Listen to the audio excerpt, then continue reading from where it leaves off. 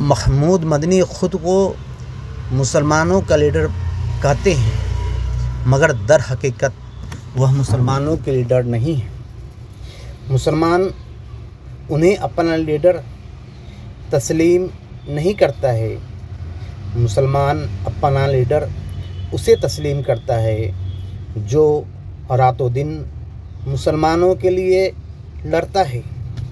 آج ہندوستان میں مسلمانوں پہ ظلم و ستم ہو رہا ہے، ان کے مساجد کو توڑے جا رہے ہیں، ان کے خانقاہوں کو، ان کے مدرسوں کو، ان کے درگاہوں کو نشانہ بنایا جا رہا ہے، مگر محمود مدنی اس پر کوئی آواز بلند نہیں کرتے ہیں، صرف انٹرویو دیتے رہتے ہیں، مگر وہ مرد مجاہد سے دنیا اسد الدین اویسی کہتی ہے۔